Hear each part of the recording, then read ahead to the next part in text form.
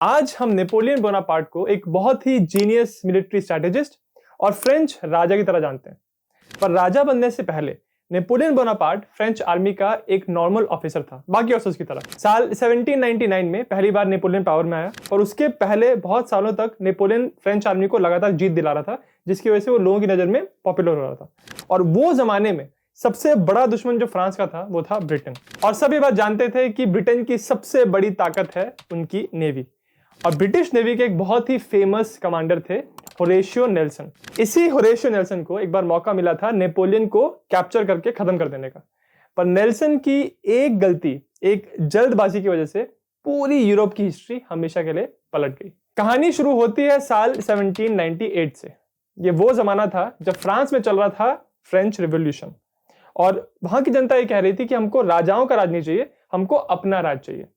पर हर देश की तरह, हर टाइम की तरह कुछ लोग यहाँ पे भी ऐसे थे जो कह रहे थे कि नहीं, हमको अपना राज नहीं चाहिए, हमको राजाओं के राज से ही खुशी है। और ऐसे जो लोग थे उनको रॉयलिस्ट कहते थे। और क्योंकि उस जमाने में यूरोप में, और इनफैक्ट आज भी यूरोप में, फ्रांस एक बहुत इंपॉर्टेंट पावर है। तो अगर इतने इंपॉर्टेंट कंट्री में लोग राजा के खिलाफ विद्रोह कर रहे हैं तो जो बाकी किंगडम्स थे यूरोप के, वो थोड़ा घबराने लगे कि अगर यहाँ पे राजा के खिलाफ विरोध हो रहा है तो हमारा भी होने लगेगा।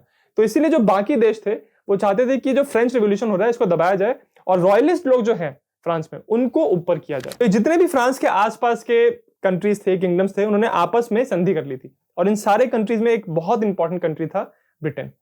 अब ब्रिटेन को छोड़ के बाकी जो कंट्रीज थे वो एक एक करके फ्रांस से हार रहे थे। और जो फ्रांस का कमांडर इन कंट्रीज को, इनकी आर्मीज को हरा रहा था, उसमें से एक कमांडर जो बहुत पॉपुलर हो रहा था वो था नेपोलियन बोनापार्ट। जब से नेपोलियन को एक सीनियर मिलिट्री पोजीशन मिली थी, उसने जैसा मानो कि फ्रेंच आर्मी में एकदम जान फूंक दी थी। उसकी मिलिट्री टैक्टिक्स बहुत ही अनकन्वेंशनल, बहुत ही अनोखी थी और बार बार वो फ्रेंच आर्मी को जीत दिला रहा था। नेपोलियन की लीडरशिप में फ्रेंच आर्मी ने 1796 से लेके 97 तक ऑलमोस्ट पूरे इटली पे कब्जा कर लिया था, नेपल्स को छोड़ के। इटालियन कैंपेन में इस फतह के बाद जब नेपोलियन वापस पेरिस पहुंचा तो वहां के लोगों ने बहुत तारीफ की नेपोलियन की कि ये एक ऐसा बंदा है जो हमारे देश की नाक ऊंची कर रहा है। ये देख के फ्रेंच आर्मी के जो सोल्जर्स थे वो तो बहुत खुश हो रहे थे कि हमारे बीच का बंदा है जो इतना पॉपुलर हो रहा है। पर उस समय जो पेरिस में फ्रेंच सरकार थी, जिसको द डायरेक्टरेट कहते थे, वो लोग बहुत घबरा रहे थे। क्योंकि देखिए, जब आप पॉलिटिक्स में होते हैं और आप बहुत ही पावरफुल पोजीशन पे होते हैं तो आप ये चाहते हैं कि कोई और इंसान बहुत पॉपुलर ना हो जाए और आपकी पोजीशन को खतरा ना पैदा कर दे। इसी वजह से जब डायरेक्टरेट के मंत्रियों ने देखा कि ये इतना पॉपुलर हो रहा है, हमको ही गद्दी से हटा देगा, तो वो सोचने लगे कि कैसे ना कैसे करके इसको यहां से हटाना है। बट इससे पहले डायरेक्टरेट के लोग नेपोलियन को कहीं ठिकाने लगाते, नेपोलियन ने खुद ही डायरेक्टरेट को कहा कि मुझे जाके इजिप्ट पे हमला करना है, मुझे आप एक आर्मी दीजिए। अब इस बात से डायरेक्टरेट बहुत खुश हुई क्योंकि उनके दो काम सॉल्व हो रहे थे। पहली चीज ये कि इजिप्ट पे हमला करने का बहुत बड़ा फायदा यह था कि इजिप्ट में एक रास्ता था जहां से ब्रिटिश शिप्स उस शॉर्टकट को लेके इंडिया पहुंचती थी। और उस समय ब्रिटेन के लिए इंडिया की बहुत ज्यादा इंपॉर्टेंस थी क्योंकि इंडिया से वो भर भर के सामान लाते थे, भर भर के पैसा लाते थे, इतना सारा खजाना। और वो सारा खजाना जो है वो ब्रिटेन पहुंच रहा था, ब्रिटेन को ताकतवर कर रहा था। तो सब ये बात जानते थे कि अगर ब्रिटेन से इंडिया को अलग कर दिया जाए तो ब्रिटेन बहुत जल्दी लड़ाई में हार जाएगा। और ब्रिटेन इतने दूर रह के भी इंडिया को कंट्रोल कर पा रहे थे क्योंकि उनके पास वो इजिप्ट का शॉर्टकट रास्ता था। अगर इजिप्ट को कैप्चर कर लिया गया तो ब्रिटेन लोग वो शॉर्टकट लेके इंडिया नहीं पहुंच पाएंगे, उनको इंडिया जाने के लिए फिर नीचे अफ्रीका के पीछे से घूम के आना पड़ेगा। और उसकी वजह से हर बार जब भी ब्रिटेन को अपने सोल्जर्स इंडिया भेजने हैं तो उनको बहुत टाइम लगेगा, जिसकी वजह से इंडिया उनके हाथ से छूट जाएगा। तो ये तो पहला फायदा था कि नेपोलियन को इजिप्ट पे हमला करने के लिए भेजना चाहिए।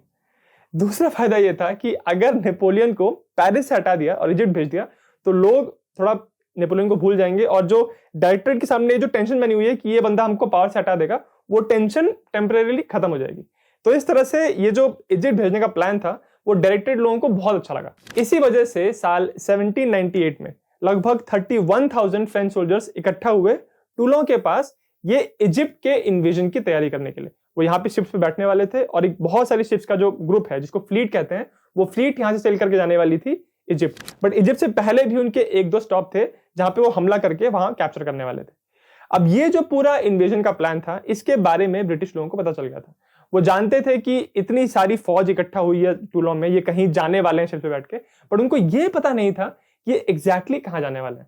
इसी वजह से ब्रिटिश लोगों ने अपने एक बहुत ही होनहार commander Horatio Nelson, admiral Horatio Nelson को भेजा कि तुम जाओ और टूलों में जो इकट्ठे हुए हैं फौजी, जब वो टूलों से सेल करेंगे तो जब वो पानी में होंगे ओपन वाटर्स में, तब उस फ्रेंच फ्लीट पे हमला करना और ये जो नेपोलियन इतने सारे सोल्जर्स को लेके आ रहा है उन सबको खत्म कर देना और नेपोलियन को भी कैप्चर कर लेना। तो पेपर पे प्लान बहुत अच्छा लग रहा था। तो इसी वजह से फिर होरेशियो नेल्सन टूलों से कुछ दूर अपनी फ्लीट को लेकर रेडी हो गया कि जैसे ही नेपोलियन निकलेगा उस पर अटैक करेंगे। परंतु यहां पे नेल्सन की किस्मत बहुत ही खराब निकली, क्योंकि अब समुद्र में आ गया तूफान और नेल्सन की जो शिप्स थी वो तितर बितर हो गई। और इनफैक्ट नेल्सन खुद जिस शिप पे था, उसका नाम वैनगार्ड था, उसको भी यहां से जाना पड़ा अपने आप को रिपेयर करवाने के लिए। अब जितने टाइम में नेपोलियन की जो शिप्स हैं वो तितर बितर हो गई थी, नेपोलियन की अपनी शिप रिपेयर हो रही थी, उस टाइम नेपोलियन अपनी फ्लीट को लेके निकल गया। तो नेल्सन 0, नेपोलियन 1। अब क्योंकि नेल्सन के हाथ से नेपोलियन की फ्लीट निकल गई थी तो उसके पास बस एक रास्ता बचा था कि यहां से तो बच गए, बट जहां नेपोलियन जाने वाला है, उसकी जो अल्टीमेट डेस्टिनेशन है, जो मंजिल है, वहां पे जाके उस पर अटैक किया जाए। अब आप लोग सोचोगे कि अभी तो यहां से निकला ही है बस, तो सीधे रास्ते में क्यों नहीं हमला कर रहे हैं, सीधे मंजिल का वेट क्यों कर रहे हैं? उसका रीजन बहुत ही इंटरेस्टिंग है। देखिए, आज के जमाने में अगर आपकी फ्लीट है और आप एक जगह से अपनी फ्लीट को, अपनी बहुत सारी शिप्स को सेल करा रहे हो और आपका जो दुश्मन है वो कहीं दूर का आपका वेट कर रहा है और किसी रीजन से, तूफान की वजह से आपका दुश्मन जब आप निकले तब आप पे हमला नहीं कर पाया, तो हाँ, ऐसा बिल्कुल पॉसिबल है कि जब आप आगे जाओगे तो आपका दुश्मन आपको ढूंढ लेगा और आपको इंगेज कर सकता है, आप पे हमला कर सकता है। उसका रीजन ये है कि आज हमारे पास जीपीएस है, रडार है, सैटेलाइट टेक्नोलॉजी से हम देख सकते हैं कि कहां पे है हमारी फ्लीट। पर ये जो हम बात कर रहे हैं इस कहानी की, इस घटना की, ये बात है 200 साल से पहले की।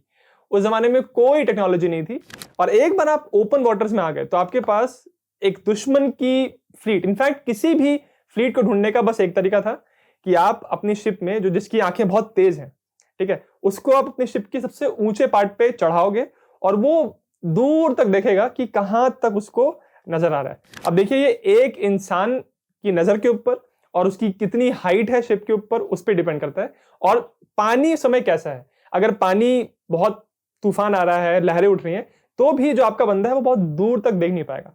अगर आपका जो बंदा है उसकी नजर बहुत अच्छी है, आपके पास शिप की हाइट बहुत ज्यादा है, पानी बिल्कुल शांत है, तो एकदम परफेक्ट सिचुएशन में आपका जो बंदा है वो 15 किलोमीटर दूर तक देख सकता है, सिर्फ 15 किलोमीटर। तो मान लीजिए कि अगर आपका कोई दुश्मन की फ्लीट है वो 20 किलोमीटर से या 25-30 से निकल रही है, जो कि बहुत पास है, अगर इतने डिस्टेंस से निकल रही है तो भी आपको पता ही नहीं चलेगा और वो फ्लीट निकल जाएगी। और उसके ऊपर से एक इफेक्टिव होराइजन का भी कंसेप्ट होता है, मैं आपको समझाता हूं। मान लीजिए कि आप एक बीच पे हैं और आप बिल्कुल दूर पानी में देख रहे हैं, तो एक पॉइंट होता है ना जहां पे पानी और आसमान मिल रहे होते हैं, वो जो बाउंड्री होती है उसको होराइजन कहते हैं। जब आप बीच पे होते हैं तो होराइजन, ऐसा कहा जाता है कि अगर समुद्र शांत है तो आप 4-4.5 किलोमीटर तक होराइजन होता है, उतना डिस्टेंस आपको नजर आता है। बट एक बार आप पानी के ऊपर हो, आप शिप पे हो, तो आपका जो होराइजन है वो काफी दूर हो जाता है, क्योंकि आप बहुत दूर तक देख सकते हो। अगर लहरें नहीं उठ रही है तो ऐसा मान सकते हैं कि जितना आपको बीच से आपको होराइजन नजर आ रहा था 4-4.5 किलोमीटर पे, पानी के ऊपर शिप्स में आप ये डिस्टेंस डबल कर सकते हो, 10-9 किलोमीटर आप दूर होराइजन देख सकते हो। पर अगर पानी में लहरें उठ रही हैं तो आपको ऐसा भी हो सकता है कि 4-5 किलोमीटर के आगे आपको कोई नजर ही ना आए। तो आप सोचिए कि एक दुश्मन की फ्लीट आपके 6-7-10 किलोमीटर नजदीक से निकल जाएगी और आपको पता नहीं चलेगा। कुछ ऐसा ही हुआ नेल्सन के साथ। जब इस तूफान के बाद उसकी शिप डैमेज हो गई, बहुत सारी जो उसकी शिप्स थी वो तितर बितर हो गई, जितने टाइम में शिप्स रिपेयर हुई और ये सारी जो शिप्स यहां वहां स्कैटर हो गई थी, जब वो एक साथ मिलकर वापस एक फ्लीट बनी, उस पूरे टाइम में 10 दिन निकल गए थे और तब तक नेपोलियन टूलोन से निकल चुका था। अब क्योंकि नेपोलियन के पास 10 दिन का हेड स्टार्ट था, तो नेपोलियन लगभग 450 किलोमीटर के रेडियस में कहीं भी हो सकता था। तो आप सोच के देखिए कि नेल्सन को बिल्कुल ओपन समुद्र में 450 किलोमीटर के रेडियस में एक फ्लीट को ढूंढना है, ये कितनी मुश्किल बात थी उस जमाने की। तो इसीलिए फिर नेल्सन ने सोचा कि ऐसे पानी में नेपोलियन की फ्लीट को ढूंढने का कोई पॉइंट नहीं है, तो क्यों ना हम वहां जाएं जहां शायद नेपोलियन जाने वाला है।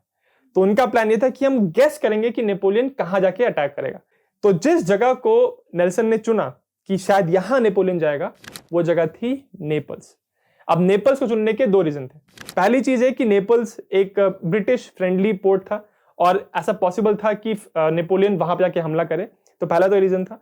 सेकंड बात ये थी क्योंकि नेपल्स एक फ्रेंडली पोर्ट था, तो वहां पे उनको रिपेयर्स मिल जाएंगे, अपनी शिप को मेंटेन कर पाएंगे वो लोग, और कुछ सप्लाईज वहां से वो लोग ले सकते हैं। तो इसीलिए फिर नेल्सन की जो फ्लीट थी वो नेपल्स की तरफ चल पड़ी। और एक और रीजन था नेपल्स जाने का, वो ये था कि नेल्सन की उम्मीद ये थी कि नेपल्स में जो ब्रिटिश एम्बेसडर है जिसका नाम हैमिल्टन था, उसको ये उम्मीद थी कि शायद हैमिल्टन से कुछ इंफॉर्मेशन मिल जाएगी नेल्सन को कि नेपोलियन की फ्लीट किस तरफ गई है। और अगर हैमिल्टन से नहीं तो वहां पे जो लोकल मर्चेंट्स होते हैं उनसे बात करेंगे कि अगर उनको शायद कोई आइडिया हो तो इसलिए फिर नेल्सन ने कहा कि हम नेपल्स की तरफ जाएं। इस तरह से नेल्सन अपनी फ्लीट को लेकर नेपल्स पहुंचा, वहां हैमिल्टन से बात की। तो हैमिल्टन ने भी कहा कि मैंने बहुत सारी न्यूज सुनी है कि शायद यहाँ गया हो, वहां गया हो, शायद माल्टा गया हो, शायद इजिप्ट गया हो, बट एग्जैक्टली नहीं पता। तो हैमिल्टन ने कहा कि उसको ऐसा लगता है, उसने भी गेस किया कि नेपोलियन अपनी फ्लीट को लेके माल्टा गया होगा। तो नेल्सन ने कहा कि ठीक है, अब हम यहाँ नेपल्स से चलेंगे माल्टा, और वो माल्टा की तरफ चल पड़ा। और फिर 22 जून को नेल्सन को खबर मिली कि इनफैक्ट सच में नेपोलियन माल्टा गया था। फिर बहुत तेजी से जब नेल्सन अपनी फ्लीट को लेके माल्टा पहुंचा, तब तक वहां से नेपोलियन निकल चुका था। और जब उसने लोकल लोगों से बात की तो उसको बताया गया कि शायद नेपोलियन 15 या 16 जून को माल्टा से निकल पड़ा है। पर यहां पे एक बहुत ही दिलचस्प बात है, नेपोलियन का ऐसा बताया गया था कि शायद 15-16 जून को निकला है, बट इंटरेस्टिंग बात यह है कि यहां ट्रांसलेशन में शायद कुछ प्रॉब्लम थी। उसको लग रहा था कि उसको बताया जा रहा है कि नेपोलियन 15-16 जून को निकला है, बट इनफैक्ट नेपोलियन सिर्फ 2 दिन पहले निकला था, 19 जून को। उसके साथ ही नेल्सन को एक और रिपोर्ट दी गई कि हमने माल्टा के साउथ ईस्ट में कुछ अजीबोगरीब 4 शिप्स को देखा है। जब ये रिपोर्ट नेल्सन को बताई गई तो उसको लगा कि ये अजीबोगरीब क्या होता है, कौन सी शिप्स हैं, क्या है। एक तो ये हो सकता है कि हम उन शिप्स को फॉलो करें और शायद से वो नेपोलियन की शिप्स हो, बट अगर नेल्सन ने उन शिप्स को फॉलो किया और उनको पकड़ भी लिया और पता चला कि वो कोई नॉर्मल मछुआरों की शिप्स थी, वो किसी मर्चेंट की शिप थी, वो एक्चुअली नेपोलियन की शिप नहीं थी, तो नेल्सन को लग रहा था कि पहले ही नेपोलियन के पास 1 हफ्ते का हेड स्टार्ट है। हमने अगर इन शिप्स को फॉलो करने में कुछ और दिन वेस्ट किए तो और लंबा हेड स्टार्ट नेपोलियन को मिल जाएगा। इसीलिए फिर नेल्सन ने डिसाइड किया कि वो इन शिप्स को फॉलो नहीं करेगा। बट इनफैक्ट वो जो 4 शिप्स थी वो नेपोलियन की फ्लीट की ही शिप्स थी जो बिल्कुल लास्ट में चल रही थी। तो यहां नेल्सन ने एक मौका गंवाया। तो अब नेल्सन को डिसाइड करना था कि नेपोलियन का नेक्स्ट टारगेट क्या होगा। उसने बहुत दिमाग लगाया, सिसिली नहीं हो सकता क्योंकि सिसिली बहुत पास है, और अगर सिसिली पे हमला किया होता तो अभी तक ब्रिटिश लोगों को पता चल गया होता। तो फिर नेल्सन ने डिसाइड किया कि शायद नेपोलियन इजिप्ट जा रहा है, और ये गैस नेल्सन का बिल्कुल ठीक था। पर उस समय नेल्सन के पास पता नहीं थी, वो सिर्फ गैस कर रहा था। तो उसने अपनी सारी शिप्स को इकट्ठा किया और वो एक बार फिर से माल्टा से निकल पड़ा, इस बार इजिप्ट के अलेक्जेंड्रिया के पोर्ट पे जाने के लिए। नेल्सन को यह लग रहा था कि नेपोलियन के पास लगभग 7 दिनों का हेड स्टार्ट है, तो इसीलिए नेल्सन को अपनी शिप्स को बहुत तेजी से अलेक्जेंड्रिया पहुंचाना है। बट सच बात यह थी कि नेपोलियन के पास 7 दिन का नहीं, लगभग 2.5 दिन का हेड स्टार्ट था। और उसके ऊपर से नेपोलियन की फ्लीट में जो शिप्स थी वो ज्यादातर ट्रांसपोर्ट शिप्स थी जिसमें बहुत सारे सोल्जर्स बैठे थे। तो इसकी वजह से ये जो शिप्स थी ये काफी स्लो चल रही थी। तो एक तरफ तो उसके पास उतना लंबा हेड स्टार्ट नहीं था, दूसरी तरफ उसकी शिप्स भी काफी स्लो चल रही थी। तो यहाँ बहुत इंटरेस्टिंग चीज ये हुई कि नेल्सन अपनी जो शिप्स लेके निकला माल्टा से, वो इतना तेज सेल कर रहा था, उसने अपनी सारी शिप्स को एक लाइन में लगा रखा था। उसने हॉरिजॉन्टल नहीं रखा था ताकि शिप्स जल्दी चल पाए, उसने सारी शिप्स को लाइन में लगा दिया था ताकि जल्दी से जल्दी वो लोग अलेक्जेंड्रिया पहुंचे। ऐसा कहा जाता है कि वो इतना तेज जा रहा था कि एक पॉइंट पे उसने नेपोलियन की फ्लीट को ओवरटेक कर लिया। बट दोनों फ्लीट्स ने एक दूसरे को देखा नहीं, क्योंकि वो जो दोनों फ्लीट्स के बीच में डिस्टेंस था वो काफी ज्यादा था और वो होराइजन के पार था। मतलब जैसे मैंने आपको बताया कि अगर नेल्सन की जो फ्लीट है, अगर उसके सामने लगभग 40-50 किलोमीटर पे भी नेपोलियन की फ्लीट होगी तो नेल्सन के पास कोई भी तरीका नहीं था उस फ्लीट को स्पॉट करने का। तो लोग ऐसा कहते हैं कि नेल्सन बिल्कुल नेपोलियन की फ्लीट के साइड से तेजी से निकल गया, बट नेल्सन को पता नहीं चला। और अपनी फ्लीट को लेकर जब वो अलेक्जेंड्रिया पहुंचा तो वो नेपोलियन से पहले अलेक्जेंड्रिया पहुंच गया। अब जब वो वहां पहुंचा तो उसने देखा कि यहां तो सब नॉर्मल चल रहा है, कोई हमला नहीं हुआ है, सब कुछ बराबर है। तो फिर उसको लगा कि यार मैंने फिर गलती की, शायद से अलेक्जेंड्रिया नेपोलियन का टारगेट नहीं था। और कुछ ही घंटे यहां रुकने के बाद उसने फिर से डिसाइड किया कि नहीं, हमारा गलत था, हमारा गैस, हम फिर से सेल करेंगे। और इस बार उसने डिसाइड किया सीरिया की तरफ सेल करने का। बट सच बात यह है कि उसके निकलने के सिर्फ 24 घंटे के बाद नेपोलियन अपनी पूरी फ्लीट लेके 50 जहाजों को लेके अलेक्जेंड्रिया में पहुंचा। और क्योंकि अब ब्रिटिश फ्लीट वहां पे नहीं थी नेपोलियन की फ्लीट को रोकने के लिए, बिना किसी रेजिस्टेंस के नेपोलियन ने अपने सोल्जर्स को यहां उतारा और सारे जो सोल्जर्स हैं वो यहां लैंड करके अंदर इनलैंड चले गए और जो पूरी फ्रेंच फ्लीट है वो यहीं अलेक्जेंड्रिया के हार्बर पे रुक गई। अगर नेल्सन अलेक्जेंड्रिया में सिर्फ एक दिन और रुका होता तो ये जो नेपोलियन की फ्लीट आ रही थी उसको वो देख लेता और फिर नेपोलियन की फ्लीट पे हमला कर देता और शायद नेपोलियन को कैप्चर कर लेता। बट नहीं, नेल्सन को जल्दी थी, वो यहां से तुरंत निकला और वो सीरिया की तरफ गया। और ऑफ कोर्स सीरिया में कुछ नहीं होने वाला था, पर उतनी देर में नेपोलियन ने अपने सोल्जर्स को लैंड करा दिया था और अंदर जाके हमला भी कर दिया था। और 21 जुलाई 1798 को वो ऐतिहासिक लड़ाई हुई थी, the battle of the pyramids. उस लड़ाई में नेपोलियन की जीत हुई थी, उसने मामूली की कैवलरी को हरा दिया था। और इस जीत के बाद ऐसा कहा जाता है कि ऑलमोस्ट पूरे इजिप्ट पे नेपोलियन की जो जीत है वो ऑलमोस्ट पूरी हो गई थी। और यहाँ पे एक बहुत इंटरेस्टिंग बात यह है कि किसी जगह पे हमला करके उसको हरा देना एक बात है, उस जगह को हरा के उस पे अपनी जीत कायम रखना ये दूसरी बात है। तो नेपोलियन ने यहाँ पे अपनी जीत हासिल तो कर ली थी, बट उस जीत को मेंटेन करने के लिए, कंसोलिडेट करने के लिए नेपोलियन को चाहिए थे रीइंफोर्समेंट्स, उसको और फ्रेंच सोल्जर्स चाहिए थे। और यहां पे फिर उसकी किस्मत खराब हुई, क्योंकि जब सीरिया की तरफ नेल्सन गया तो पूरा एक महीने वो भटका था समुद्रों में, एक पोर्ट से दूसरे पोर्ट, यहां नेपोलियन गया होगा, वहां गया होगा। बट जब उसको फाइनली पता चला कि नहीं वो अलेक्जेंड्रिया में ही है, तो फिर नेल्सन ने अपनी शिप को घुमाया और जब वो अगस्त में अलेक्जेंड्रिया पहुंचा तो वहां पे उसने देखा कि हाँ, यहाँ पे फ्रेंच फ्लीट है। और यहाँ पे एक बार फिर से एक बहुत ऐतिहासिक नेवल बैटल हुआ था जिसको the battle of the Nile कहते हैं। और इस लड़ाई में नेल्सन की फ्लीट ने फ्रेंच फ्लीट को ऑलमोस्ट पूरी तरह डिस्ट्रॉय कर दिया। तो अब फ्रेंच आर्मी जो बैटल ऑफ द पिरामिड में जीती थी, उनके पास रीइंफोर्समेंट्स मिलने का, उनको सप्लाईज मिलने का कोई तरीका ही नहीं था, क्योंकि ब्रिटिश फ्लीट ने फ्रेंच फ्लीट को डिस्ट्रॉय कर दिया था। अल्टीमेटली ब्रिटिश फ्लीट ने फ्रेंच फ्लीट को डिस्ट्रॉय तो किया, पर उतनी देर में नेपोलियन का काम पूरा हो चुका था, उसने यहाँ पे जीत हासिल कर ली थी। और तब तक पेरिस में भी जो सरकार थी वो बहुत डगमगा रही थी। तो नेपोलियन को पता चला कि यही मौका है कि पेरिस जाना चाहिए और जो सरकार है उसको हटा के खुद पावर लेनी चाहिए। तो नेपोलियन ने अपने सारे फौजियों को यहाँ छोड़ दिया और यहाँ से वो सीधा निकल गया फ्रांस की तरफ। जब वो पेरिस पहुंचा तो लोगों ने बिल्कुल हीरो की तरह से स्वागत किया कि इसने इजिप्ट में भी हमको जीत दिलाई है।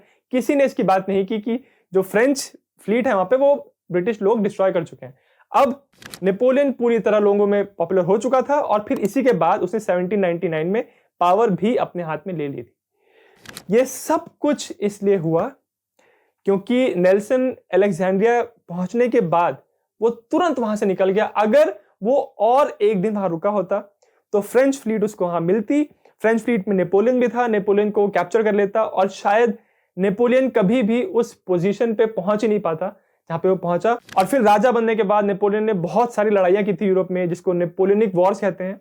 और उन लड़ाइयों में जीत मिलने के बाद नेपोलियन की पोजीशन स्ट्रांग हुई और लगभग 15 सालों तक यूरोप में बहुत लड़ाइयां हुई।